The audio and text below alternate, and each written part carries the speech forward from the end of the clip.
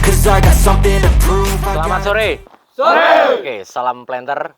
Indonesia. Oke, di sore hari ini saya mau mengenalkan berbagai macam herbisida di dalam pengendalian gulma untuk tanaman kelapa sawit. Baik yang ada yang sistemik, ada yang kontak, yang beberapa hal yang wajib Anda pahami, termasuk bagaimana pertolongan pertama jika memang dia keracunan.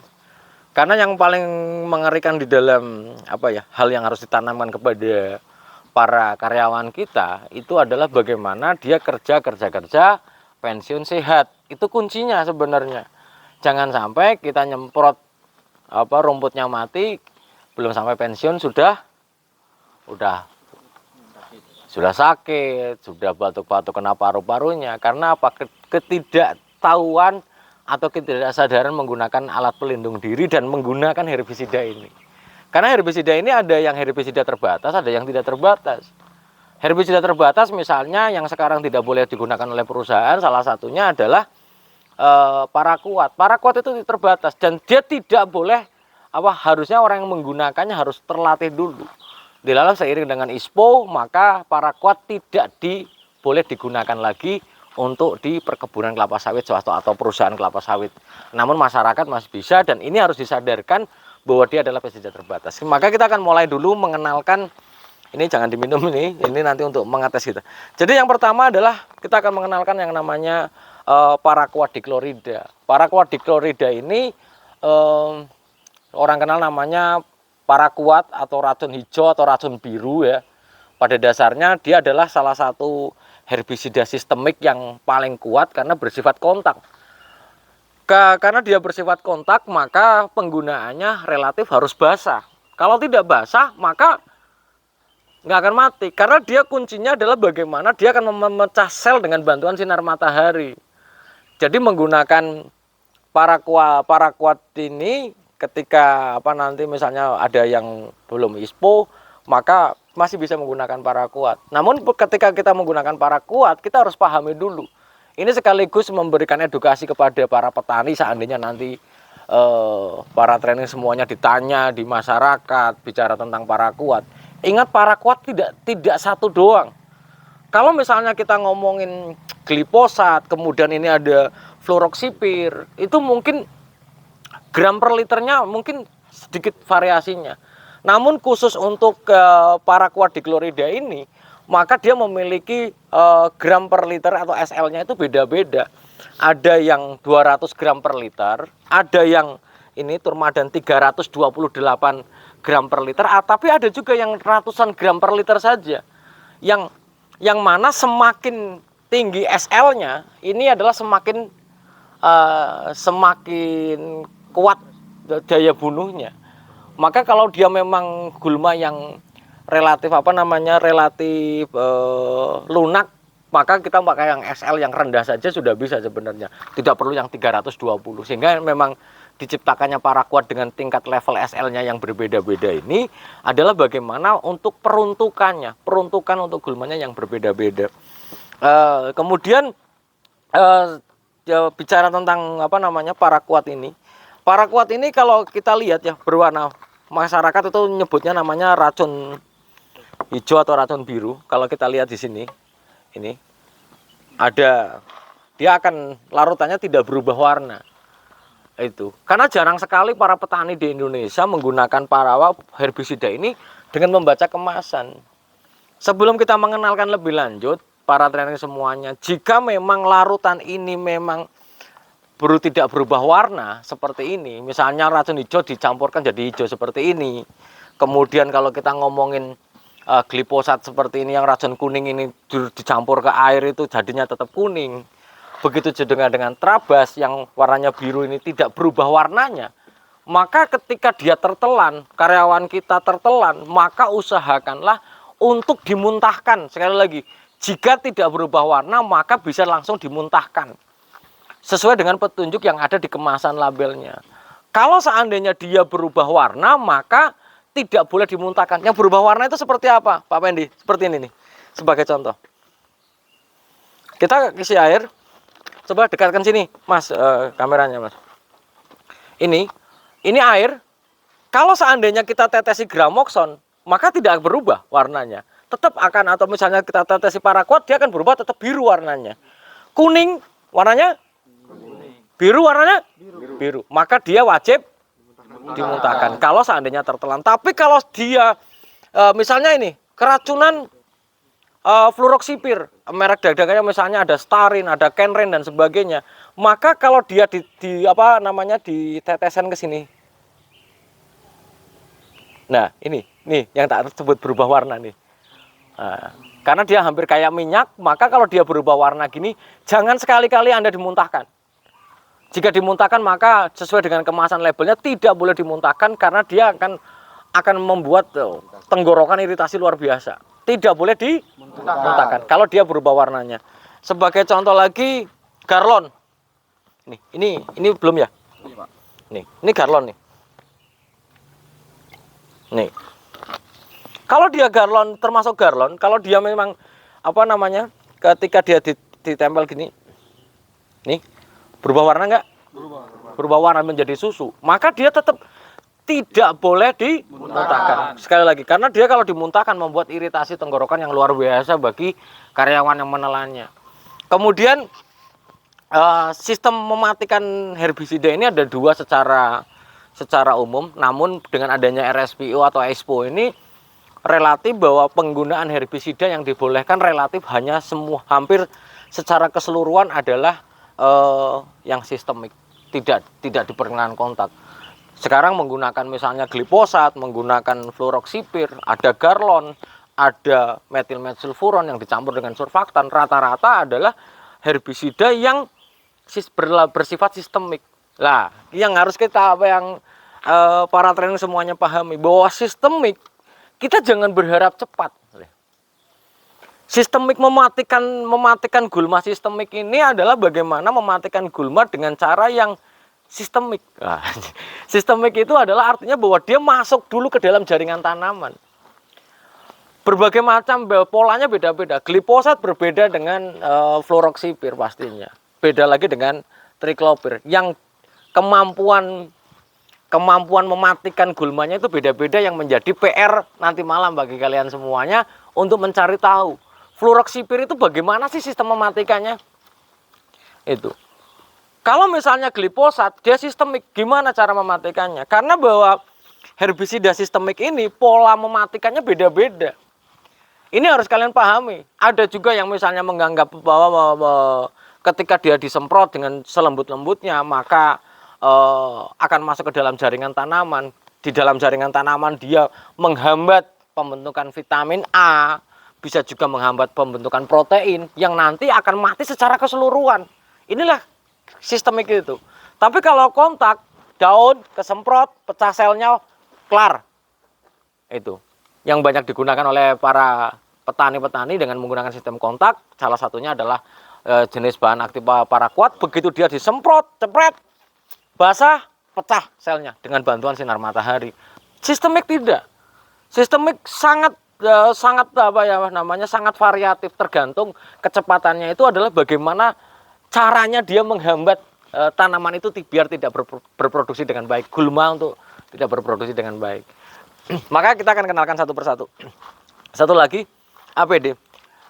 Sampaikan kepada mandor kita, termasuk termasuk karyawan kita, begitu kita mencampur berbahan yang berubah warnanya seperti ini, maka pastikan dia adalah menggunakan masker. Kenapa? Ketika herbisida itu dicampur dengan air dan dia berubah warnanya, maka akan menimbulkan gas. Yang pasti dia akan menimbulkan gas.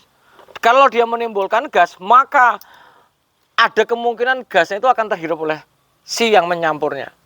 Tidak terasa. Tidak terasa. Artinya Pak Pendi, wah nggak apa-apanya. Nggak apa-apa sekarang. Kalau terakumulasi mandor semprot nanti di umur 40-an, sekarang dia 30-an nggak apa-apa. 40-an. Paru-parunya. Kita harus menjaganya gitu. Maka harus selalu kita ingatkan bagaimana menggunakan masker ketika kita mencampur ini. Kemudian ini tadi yang saya sampaikan paraquat, kita nggak bahas banyak karena mengenai paraquat ini. Tapi intinya paraquat adalah herbisida kontak yang tidak banyak digunakan oleh perusahaan pada hari ini karena memang secara aturan main lingkungan tidak diperkenankan menggunakan paraquat, dan paraquat memiliki level yang berbeda-beda tergantung dari SL-nya atau gram per liter dari paraquat dikloridanya, sehingga semakin tinggi maka SL-nya semakin untuk membunuh gulma-gulma yang relatif lebih kuat. Tapi kalau semakin misalnya gulmanya lemah, maka ngapain kita? Karena semakin tinggi SL-nya harganya semakin mahal. Kemudian yang kedua adalah kita akan jelasin yang namanya gliposat. Ini gliposat atau isopropil amina gliposat 531 gram. Ini. Kalau di perusahaan kita ini rata-rata digunakan untuk lalang pasti yang pertama. Lalang maka menggunakan gliposat yang gliposat saja, single aplikasi gliposat.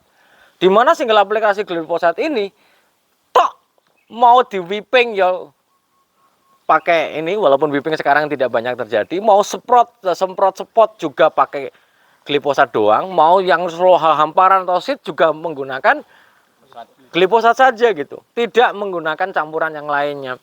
Dan yang kedua, penggunaan gliposat di kita ini salah satunya yang digunakan adalah dicampur untuk piringan. Piringan secara general, piringan kita adalah menggunakan campuran gliposat yang dicampur dengan fluroxipir. Fluroxipir ini merek dagangnya banyak ya. Maka jangan kita adik-adik semua, para trainee semuanya jangan pernah menyebutkan merek sebenarnya. Yang masuk ke dalam pikiran kita itu jangan merek, tapi adalah bahan aktifnya. Oh, fluroxipir. Lah, fluroxipir ini digunakan digunakan di perkebunan itu untuk piringan. Dengan dosis misalnya perbandingannya untuk TBM biasanya bisa kita pakai 45 cc gliposat yang dicampur gliposat yang dicampur dengan 15 cc starin. Ada juga yang pakai 60 nih. Tapi intinya adalah bahwa perbandingan gliposat sama starinnya adalah 1:4. Ini average-nya ya 1:4. Kemudian setelah dicampur, tapi ada yang menarik di sini pencampuran ini. Kita tidak diperkenankan mencampur dua bahan gliposat ataupun starin secara murni, itu tidak diperkenankan. Kenapa? Ada beberapa produk yang ketika campur, sebagai contoh, ini murni, gliposat murni, ini starin murni, dicampur jadi satu seperti ini. Nih, dalam beberapa lama dia akan menjadi jelly. Itu. Maka beberapa kasus ini akan menjadi jelly kalau misalnya dicampur jadi jelly, dan itu kalau udah namanya jelly, tepung agar-agar dicampur dengan air maka akan menjadi agar-agar. Pertanyaannya, agar-agar bisa larut sempurna enggak? Tidak bisa. Maka tidak diperkenankan mencampur gliposat sama starin dalam satu wadah dalam waktu yang lama. Maka pencampurannya harus sendiri-sendiri. Kalau mau mencampur wajib ada pelarutnya. Pelarutnya pakai apa? Ya air. Tetap harus ada pelarutnya, tapi tidak diperkenankan murni. Kemudian tadi ada yang melanjutkan, ada fluroxipir. Ini ada mereknya biasanya starin, ini juga bersifat sistemik. Namun jika memang nanti Anda semuanya megang TBM yang ada kacangannya, maka sebenarnya menggunakan fluroxipir tok aja bisa.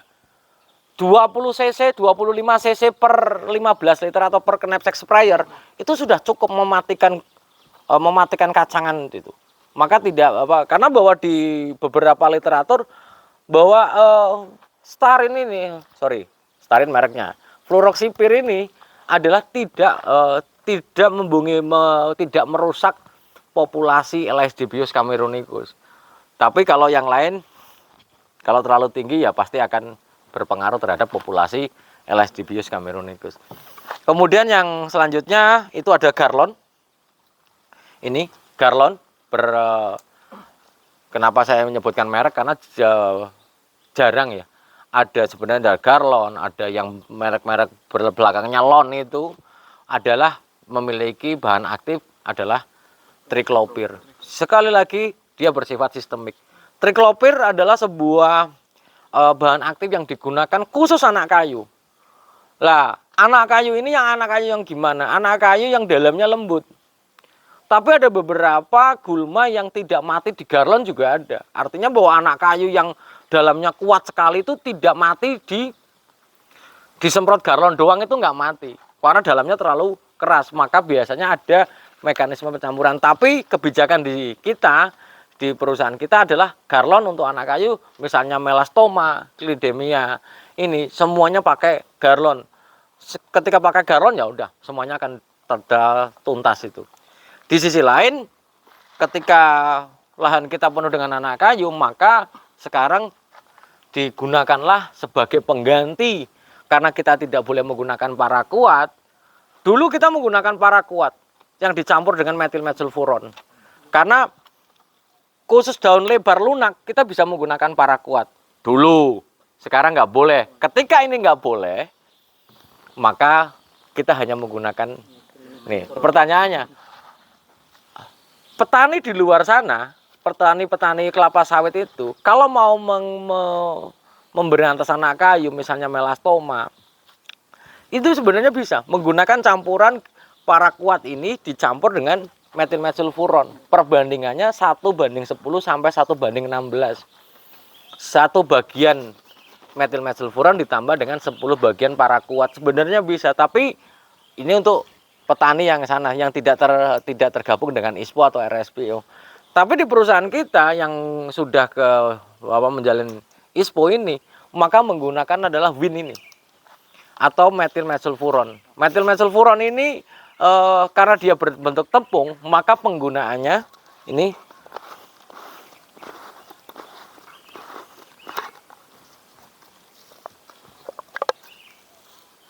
tolong buka ini.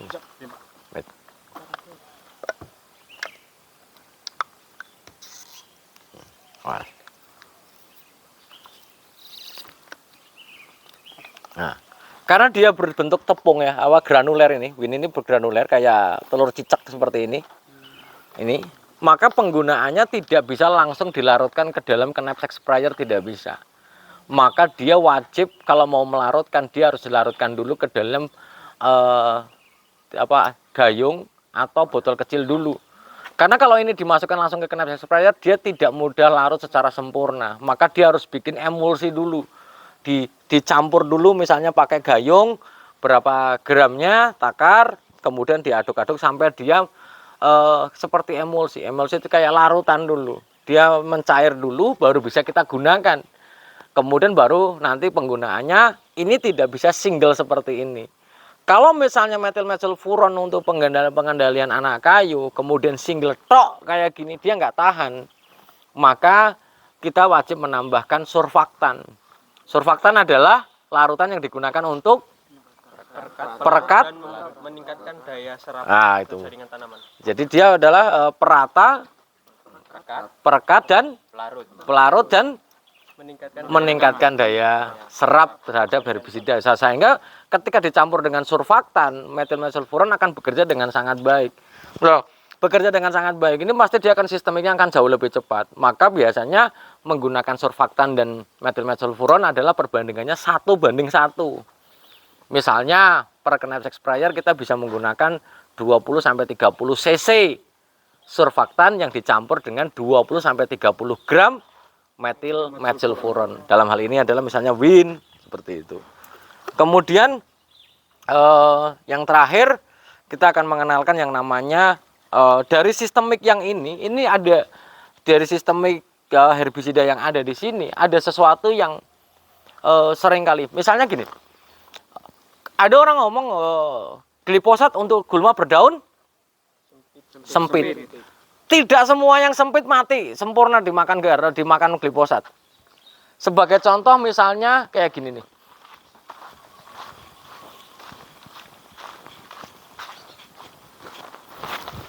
Lebar. Sempit. Lah, sempitnya yang dia bangsa teki-tekian seperti ini. Kalau dia mau mematikan sistemik secara sempurna, maka tidak bisa menggunakan glifosat ini. Nggak tahan glifosatnya. Glifosat lalang, modar, oke. No comment.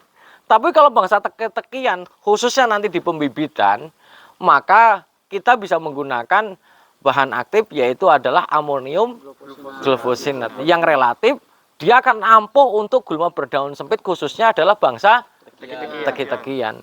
Kalau kita menggunakan glifosat, nggak tahan ini. Sekali lagi, tidak tahan. Maka kita harus merubah mindset kita, harus menggunakan amonium glufosinat. Itu sih mungkin yang bisa saya terangkan di sore ini bicara tentang herbisida ini. Silakan kalau ada yang mau ditanyakan, silakan. Izin, Pak. Oke.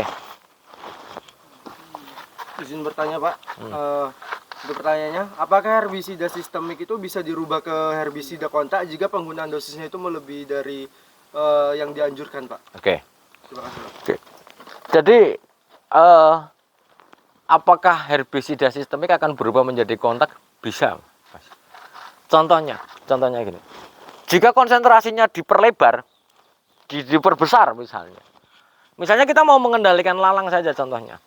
Lalang kita menggunakan 0,6% ataupun 90 cc per knapsack sprayer per 15 liter air. Kemudian ada pemikiran kita, wah ya kalau 90 cc aja kecepatannya 2 minggu, bagaimana kalau 200 cc? Jangan-jangan 5 hari. Yang harus kita ingat, namanya sistemik itu, kalau bahasa Jawa itu alon-alon asal kelakon. Pelan-pelan saja. Kalau lu tambahkan sampai 200 cc, tambah sistemik, tambah kontak. Dia berubah menjadi kontak. Malah justru tidak menyempurnakan dari tujuan awal kita. Tujuan awal kita adalah bagaimana dia terserap ke dalam tubuh gulma yang nanti akan menghambat pembentukan enzim atau pembentukan vitamin yang ada di dalam tubuh gulma itu. Semakin kental, semakin banyak lu tambah, justru dia bukan malah bersifat lebih cepat mematikan secara utuh, tapi dia kalau malah menghentikan secara gara-gara tanamannya juga mengalami keracunan. Sehingga malah justru nanti tumbuh lagi tunas-tunas baru yang relatif cepat. Nggak mati rimpangnya. Kita kan pengen mati rimpangnya secara total itu. Maka tetap ikuti aturan mainnya. Pada level tertentu dia bisa berubah menjadi kontak. Maka jangan terlalu over. Ini saya studi kasus nih. Kemarin ada petani yang nanya. Penggunaan